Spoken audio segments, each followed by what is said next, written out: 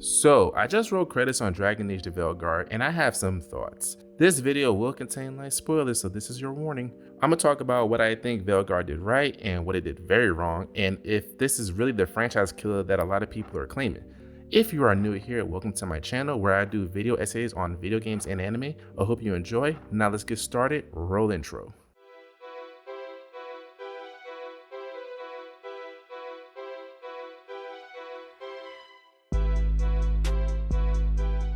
So quick summary.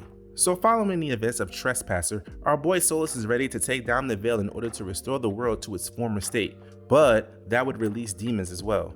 Your character and Varric try to stop Solus's ritual, and in the process, Varric gets stabbed and Solus gets pulled into the Veil. Two elven gods whose name I'm not even going to try to pronounce escape the Veil during the chaos, ready to bring back the Blight. It's up to your character, the Rook, to assemble a group of remarkable people and to stop the evil gods once and for all. Simple, right? I recently wrote credits and got the bad ending from my research, but it was an ending that I overall enjoyed. But hold that thought. Unhold that thought. One of my biggest pros is that the last leg of this game felt really epic. We rallying everyone together, some cameos from other Dragon Age games, and the acknowledgement that not everyone's gonna make it back, which they deliver on. I like Mass Effect because decisions I make can lead to me losing party members. The final battle in Veilguard, at least in the bad ending, had me on the edge of my seat for the first time in my 30-hour playthrough. Which brings me to, unfortunately, the rest of this game is kinda cookie cutter and by the numbers.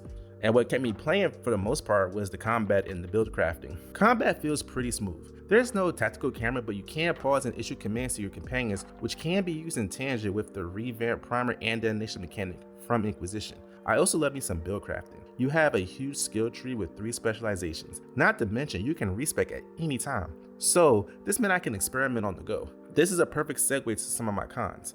Your gear progression is completely at the mercy of 3 letters every gamer hates, RNG.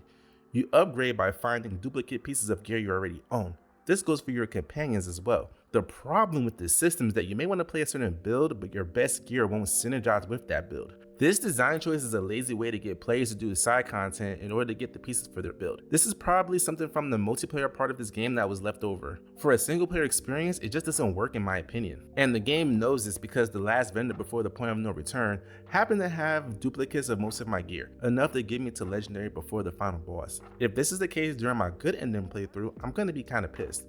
Like, just have a blacksmith. I will say, if you're someone who likes busy work side questing, then you'll be just fine.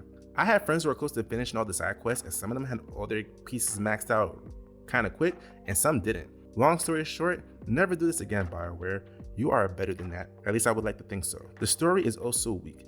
It's basically beat up the generic villains. Solus being the only antagonistic force with any kind of depth. To see it, you have to do a side quest though. To get the most out of this game in general, you just have to do all the companion quests. And also, the Elven gods are pretty weak and forgettable villains. I didn't even bother work on pronouncing their names correctly for this video because it just wasn't worth it. BioWare really shot the bit on this one. It sucks because I just finished Mass Effect 1 and Inquisition as this game was rolling out, and those games left more of an impact on me than Veilguard. I walked away from Veilguard feeling half satisfied. While I enjoyed the combat and open-ended build crafting, I disliked how simple the story was compared to Inquisition and Mass Effect. For some players, this is okay. However, I could see the people who did criticize this game for what it lacks. I could kind of see their point. I had a similar feeling the first time I played Pokemon X, a familiar experience, but was lacking anything to push it to the next level. If you're interested in this game, I'd highly recommend waiting for a sale. If not, then hopefully in 10 years we can try again. Or maybe get an Origins or Dragon Age 2 Remastered collection, maybe? Those are just my thoughts. Thanks for watching. Any criticism about my criticism is always welcome in the comment section. Consider following me on my other socials listed in the description. Sub if you feel so inclined. And until the next video, you guys stay safe.